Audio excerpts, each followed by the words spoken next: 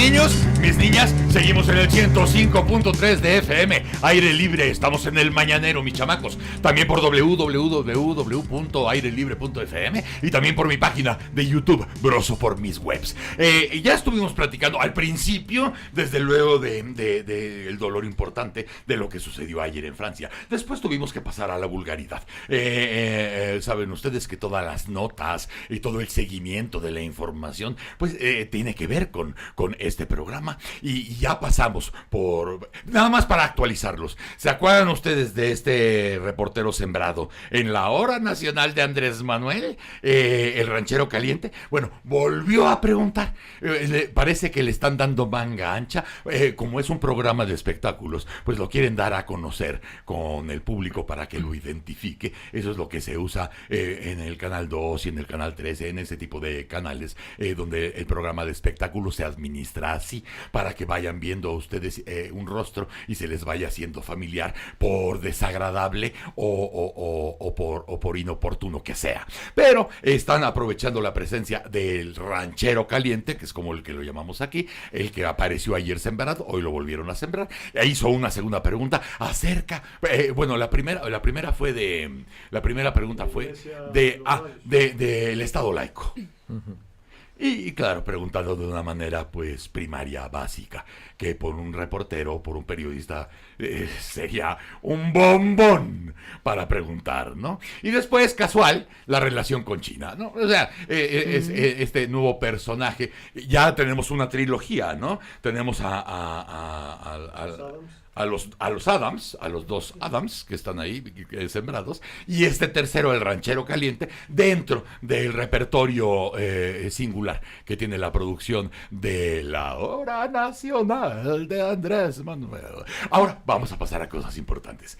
Está con nosotros Beca Duncan, historiadora del arte, especializada en desarrollar proyectos de divulgación cultural, co-conductora del programa El Foco, ya se acordaron, en conjunto con el maestro Héctor de Mauleón. Beca, ¿cómo estás? Hola, muchas gracias por invitarme. Gracias por estar. Era urgente que estuvieras con nosotros después de lo que pasó ayer. Sensibilidades más, sensibilidades menos. A lo mejor nuestra historia universal o el planeta está herido. Sí, claro, sin duda. Obviamente estamos hablando de la Catedral de Notre Dame, del incendio que hubo ayer, que pues afortunadamente los últimos reportes nos dicen que quizás no se dañó tanto como en un principio pensábamos el día de ayer. Porque se vio muy aparatoso, ¿no? Claro, bueno, es que además hay que pensar en la dimensión de esta cosa, ¿no? O sea, es 5,500 metros cuadrados. O sea, no es una iglesita. No. Entonces, por supuesto que se va a ver muy aparatoso, ¿no? O sea, digamos, lanzando aquí algunos números, 127 metros de largo, 48 metros de ancho, es una mole, es una cosa gigante. Entonces, por supuesto que el incendio se vio pues de esas proporciones, ¿no? Pero los últimos reportes muestran que posiblemente se va a poder restaurar, no sé, es decir, no estamos hablando de daños tan fuertes. Sí. Lo que sí es tristísimo es que se perdió el techo de madera, que por eso veíamos también un incendio tan grande, aparatoso, sí. Porque pues todo el techo estaba hecho de madera y eso pues tampoco es una cosa menor. Estamos hablando de que ese techo sí era propiamente de la Edad Media. Para que se den una idea de en qué año se construyó esto, tomó 200 años en construir, que ya lo decías. Sí. Eso también nos habla de la magnitud de la obra. Pero estamos hablando de que se construyó entre 1163 y 1345. Sí. Hay gente todavía que no entiende que eso existió el año 1300 o el 200 claro. O el 1100. Hay gente que dice, yo creí que el mundo había empezado en 1980 cuando nací. Y no hay más para atrás. No, por supuesto que no, y hay más para atrás todavía. Porque la Catedral de Notre Dame, bueno, ya les estoy diciendo, es de la Alta Edad Media, es decir, finales de la Edad Media, el último cachito antes del Renacimiento. Pero en ese lugar había ya una basílica anterior, también medieval, dedicada a San Esteban, Saint Etienne, del año 528. Pero todavía antes de eso... ¿Del 528? De 528, ajá. ¿Y antes? Antes de Notre Dame, esa era la basílica que estaba ahí. Todavía antes de eso había un templo romano dedicado a Júpiter. Y todavía antes de eso Era un espacio donde los celtas tenían ceremonias. Entonces O sea, el lugar tenía vocación, el lugar ¿no? tiene una historia impresionante en sí mismo, sí. Es un poco lo que sucede como cuando vas a ¿cómo se llama? Allá en Turquía, ¿dónde está el Bósforo? ¿Cómo se llama? ¿La Mezquita Azul? ¿Dónde están las mezquitas? ¿Dónde están las mezquitas? ¿Te acuerdas dónde están las torres? Ajá. ¿Cómo se llaman? ¿Qué es? No recuerdo ahora el nombre. No, espera, déjame ubicar. ¿Dónde están las mezquitas que hay que se llaman basiliscos? Ujú. Se ve que desde 1000 años antes alguien había pasado y había dejado su columna. Y después llegaron los otros ejércitos, les partieron la madre y pusieron ellos su columna, que era un poco más grande. Y luego llegaron, después de cientos de años, otros ejércitos, les partieron la madre y pusieron su columna y están en el mismo lugar.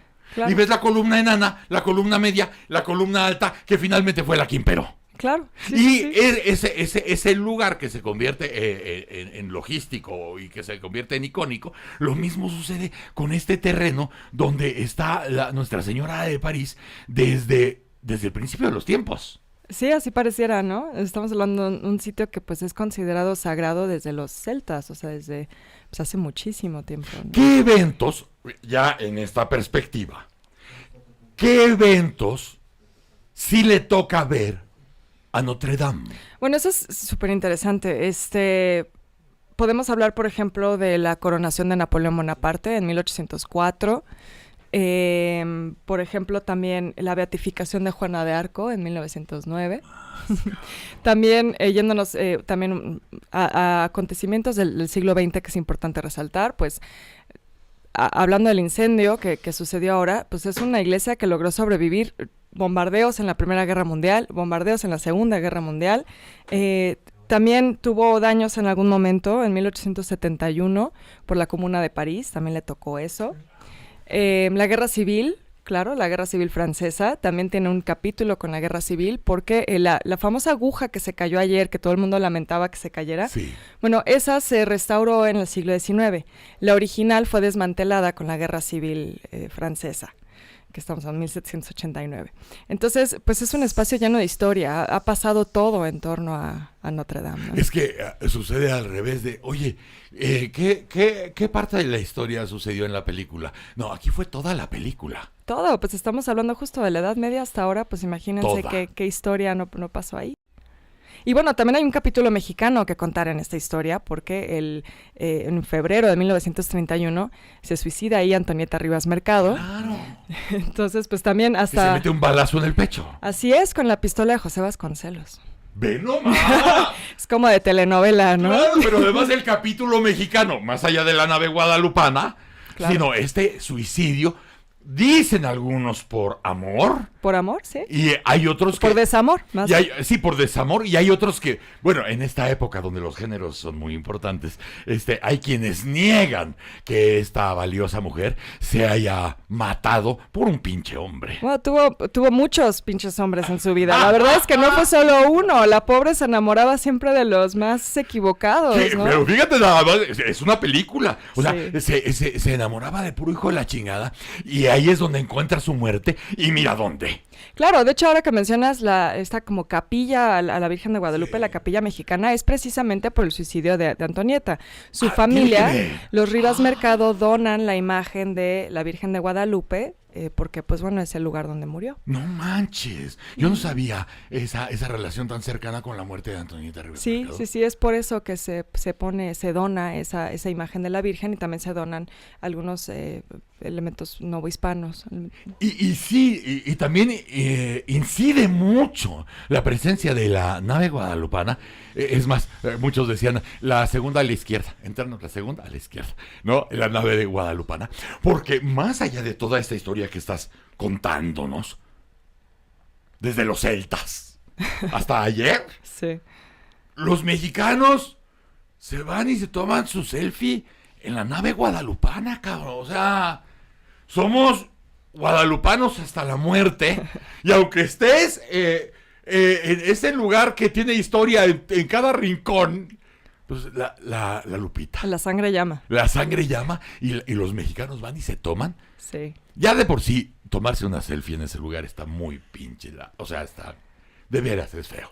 Híjole, no, es que yo la verdad soy de la idea de que vas a esos lugares a apreciarlos, Pues ¿no? sí, Es que son de una a belleza. bebértelos, ¿no? Sí, son de una belleza impactante. Pero bueno, el turismo es importante y eso es algo que también se ha dejado fuera de los reportes. Se ha hablado mucho de pues qué se pudo rescatar, qué no, qué se perdió. Pero es importante mencionar cómo esto va a afectar la economía de París, ¿no? Porque estamos hablando de un espacio que recibe 13 millones de visitantes al año. Es más que la Torre Eiffel. La Torre Eiffel recibe 6.9 millones de visitantes al año. Esos 13 millones pagan una entrada de 10 euros. Entonces empiezan a echar ahí números y es una entrada bastante fuerte de dinero, además de la derrama económica que generan. De esos 13 millones son alrededor de 30,000 al día, 30,000 personas al día que transitan por esa zona, que no solo van a Notre Dame, obviamente, ¿no? Es que ahí está una consumen en todos los lugares que hay alrededor de Notre Dame, entonces pues también puede ser muy impactante para la economía de una ciudad que tiene muchísimo turismo. Yo te quiero preguntar si supiste si hubo una versión oficial de lo que sucedió, porque yo soy mexicano, entonces, pues de nacimiento soy un hijito de la chingada. Y como he vivido aquí tanto tiempo, piensas mal, siempre piensas mal. Y de pronto, pues, comentaba yo, Semana Santa, París, Notre Dame. Es muy tentador como para crear un desorden planetario. Sí, como ir atando cabos por ahí, ¿no? No, pero ¿tú sabes de alguna versión oficial? Porque obviamente, como tú lo dices, pensé en cualquier cosa que se diga. Es mucho turismo el que asustas. Sí. Y mira que ya han pasado cosas en París y no obstante, la gente va, más o menos las cosas se calman, pero esto de ayer sí hubiera sido pinche escándalo de un año. Sí, fíjate que todos los reportes han centrado, o bueno, la mayoría, en el tema de la restauración, ¿no? Por ejemplo, los trabajos que estaban los trabajos que se estaban haciendo en la zona en la que se empezó el incendio, que es el ático. Esos trabajos se iniciaron desde abril del año pasado. Entonces, ya tenía un proceso de restauración bastante avanzado. Sí. Se estaba hablando de más o menos una obra de 4 años. Algunos incluso calculaban 20. Pero bueno, la restauración es uno de los temas centrales. Pero ahora que mencionas Semana Santa, también, antes de que se me olvide, es súper importante que les diga esto, porque las reliquias que había en Notre Dame también estaban muy relacionadas a la Pasión de Cristo.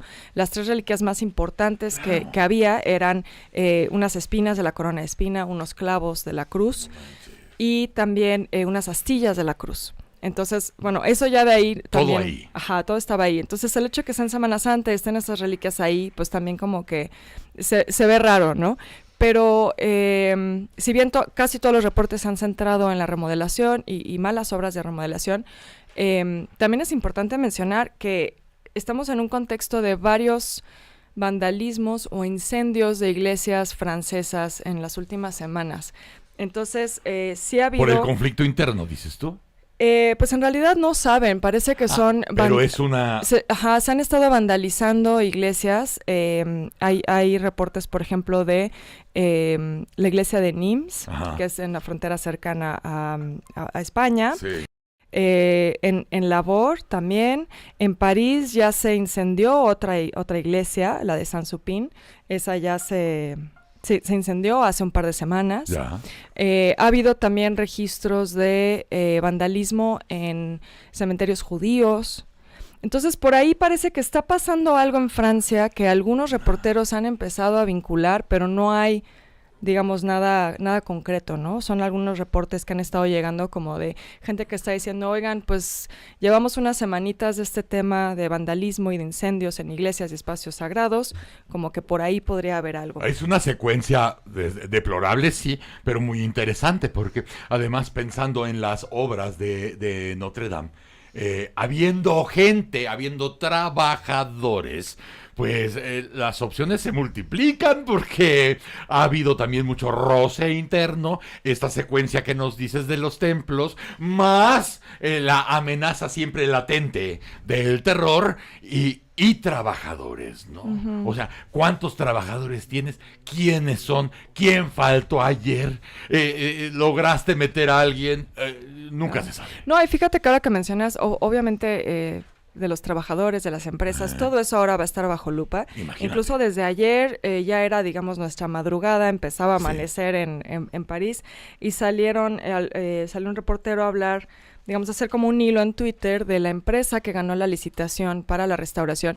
Y parece que era una empresa bastante pequeña en comparación con las otras empresas europeas con mayor experiencia que estaban compitiendo. Entonces eso ya también como que empieza a arrojar algunas dudas, tanto de la experiencia que pudieron haber tenido, como de quién es esa pequeña empresa que estuvo a cargo de la remodelación. O sea, ya empiezan a surgir dudas sobre la licitación que se hizo. Si fuera México, sabríamos que es una empresa fantasma o algo así, porque así funciona, ¿no? Llámese para una catedral o para Pemex o para lo que tú quieras o para una universidad. Siendo allá y teniendo en cuenta la importancia, vamos a decir en general, pero la importancia turística, histórica de este templo, o sea, nos imaginábamos que todo estaba pero extra cuidado, o sea, cada empresa, cada trabajador, porque te estás jugando parte de la suerte económica del país. O sea, Claro. afectas ese templo y la gente dice, no, ¿sabes qué? Mejor vámonos a otro lado. Sí, por supuesto. Es que eso es importantísimo. No solo es lo que se perdió en términos de patrimonio histórico, patrimonio de la humanidad, además, porque tenía la declaratoria de patrimonio de la humanidad desde 1991, sino, como dices, todo lo que se puede ver afectado en torno a esto, ¿no? En lo político, en lo económico y en lo cultural. Es estupendos datos los que nos das, los históricos, los turísticos, los económicos, acerca de lo que sucedió ayer. Estábamos recordando aquí la suerte que sucedió con la Catedral de Colonia, ¿no? Claro. Que también, pues, no la vio fácil en la guerra, pero la lograron levantar. Sí, de hecho Colonia es uno de los excelentes ejemplos de que esto se puede recuperar. Como dices, la Catedral de Colonia, bueno, todo Colonia fue bombardeado casi en su totalidad durante la Segunda Guerra Mundial por los británicos y sí se logró recuperar. De lo que vemos ahora la Catedral de Colonia, las piezas originales son muy pocas. Curiosamente, en el caso de Colonia sí se lograron rescatar los vitrales, que según los reportes de ayer, en el caso de Notre Dame, seguramente fue lo primero que se dañó, que se perdió. Pero sí, la Catedral de Colonia es un ejemplo de éxito de restauración. También la de Reims. La Catedral de Reims fue bombardeada en 1914, en la Primera Guerra Mundial también se pudo reconstruir. Entonces hay esperanza para Notre Dame, sin duda, pero pues es triste porque además justo estos ejemplos que mencionamos que han sido bombardeados o dañados es de los pocos ejemplos del gótico que quedan en Europa. Fíjate cómo la administración del mundo uno no se la imagina. Hablando de las guerras y de los bombardeos y donde deja de existir la humanidad. En la Segunda Guerra, los bombardeos hacia Alemania tenían prohibido tocar determinados templos y determinadas ciudades que significaban mucho histórica o culturalmente, o la belleza era tal que los bombarderos decían, no se puede tocar tal lugar, ahí bombas no. ¿Por qué? Porque le gusta mucho al general. Y a la chingada. Porque le gusta al general, porque lo conoció de niño, o porque estudió ahí. No se toca. Heidelberg. Por ejemplo, una de las primeras consentidas, Heidelberg no se toca. Y no se tocó. Sí, pero otras sufrieron mucho, ¿no? Claro. Colonia, Dresden, lo que pasó en Dresden también fue brutal. Rotterdam aún hoy se sigue reconstruyendo. Es brutal lo que pasó ahí. ¿Sabes qué? Ya me recordó mi productor que yo me estaba refiriendo a la columna de Constantino. Sí, tú estás hablando de Hagia Sofía, ¿no? De los minaretes de Hagia Sofía. Exactamente, donde están las columnas y todo. Me agarraste en curva, perdóname. No, tú estabas bien, yo fui un pendejo porque se me ocurrió y de pronto no me acordé. Pero a mí me llamó mucho la atención en ese lugar, cómo habían pasado siglos y siglos y siglos y siglos, y en el mismo lugar se distinguía la presencia nueva para dejar presencia de lo viejo, de lo derrotado, por la superioridad. Aquí pasa también, ¿no? Piensen en Cholula. Cholula es eso. Se ve la pirámide, pero encima la iglesia, ¿no? Como para decir, nosotros los dominamos. Qué bueno que tocas. Qué gusto que estés, ¿eh? Muchas gracias. Oye, Beca, este tipo de... A lo mejor en otra ocasión lo platicaremos con más tiempo. Pero estas cuestiones de, casi como diríamos los perros, orinar el territorio. Ajá, sí. De decir, bueno, aquí tenías a tu templo, y aquí orabas, y aquí te hincabas, pero ahora te vas a hincar con esto que te pongo encima del templo al que adorabas, o de la deidad a la que estabas acostumbrado, yo te pongo encima. Eso es un poco, y después ya novelado como lo del Tepeyac, ¿no? Sí, pues bueno, es que hay que o sea, la leyenda, ¿no? Sí, hay que entender que la arquitectura es la forma en la que el poder se hace visible en el espacio público. Entonces, no hay nada que te hable más del poder que un edificio. Entonces, de entrada, se tiene que entender así. Pero también desde el punto de vista de la evangelización. Es más fácil sustituir un culto en un espacio que ya es sagrado, que es lo que les contaba un poco de Notre Dame. Se sustituye el culto celta por el romano y luego el romano por el católico, ¿no? Es más fácil en un lugar que ya es considerado sagrado. Entonces lo único que estás haciendo es cambiar el rito, ¿no? Cambiar quizás el dios al que se le reza, pero ese lugar ya está marcado como un espacio sagrado. Pero ese tipo de cosas las vemos incluso muy recientemente. Aquí enfrente estamos viendo el Monumento a la Revolución. Sí. O sea, ¿qué statement político más fuerte que convertir el Palacio Legislativo de Porfirio Díaz en un monumento a la revolución que lo derrocó? Es la misma acción, ¿no? Conceptualmente es lo mismo que está operando ahí. Es sustituir un poder por otro. Hablar arquitectónicamente, dejar claro, hacer el statement, ¿no? Como de... Mira, aquí le aplaudían a un cabrón. Y ahora se le va a aplaudir a estos. Exacto. En el mismo y lo lugar. haces justo en la calle, ¿no? Donde pasa todo el mundo, donde todo el mundo lo ve. Está ante los ojos de todos. Y así es como opera la arquitectura. Bueno, el Templo Mayor. Es lo mismo, sí, claro. Poner la catedral encima del Templo Mayor. Es que mira, esto es muy emocionante hablarlo. Porque habrá mucha gente, mucha perrada que nos está oyendo, que ahorita dice, ¡a huevo, güey! Pero claro. Ya entendí. Si ahí estaba la esencia de la capital nuestra, ¿cómo vas a poner la catedral en otro pinche lado? Que no sea en el lugar más importante que había antes. No, y además peor, ¿no? Porque en el caso de los españoles usaron las mismas piedras. Entonces vamos a destruirla y con tus piedras de tu templo, además te vamos a obligar a ti a construir el nuestro. Que eso es muy egipcio. Híjole, sí. Que es muy brutal. egipcio a ver, quiten esas pinches estatuas, chingado, que además tardaron 150 años en hacer. Ahora, esas piedras de estos pendejos que acabamos de tirar, me los ponen en la barda, cabrón. Sí. ¿No? Hay que entenderlo en su contexto también, ¿no? Pues sí, desde luego. No, porque si no, imagínate, estaríamos ahorita mandando una carta a España para ver si nos piden disculpas, ¿no? Digo, pero estamos sobrios, ¿no? Tú y yo ahorita. Oye, quiero agradecerte. No, muchas Beca. gracias a ustedes. No, muchas gracias. Qué rico es platicar contigo. Qué rico es platicar de estas cosas. Alimentan mucho. Sí, muchas O sea, gracias. nosotros que todos los días nos dedicamos a la cosa fascinerosa, y a la vulgaridad, a las cosas sin retorno, a la cosa hueca, a la información de lo que debería, o sea, de lo que debería ser verdaderamente importante, la información. Bueno, nos nos estamos moviendo en esos andamios. Y recibirte a ti es un placer. Muchas gracias. Para mí es un placer estar aquí. Muchas gracias, compartiéndoles. Beca, y ojalá nos veamos pronto. Claro, sí, con mucho gusto. Beca Duncan, mi chamaco.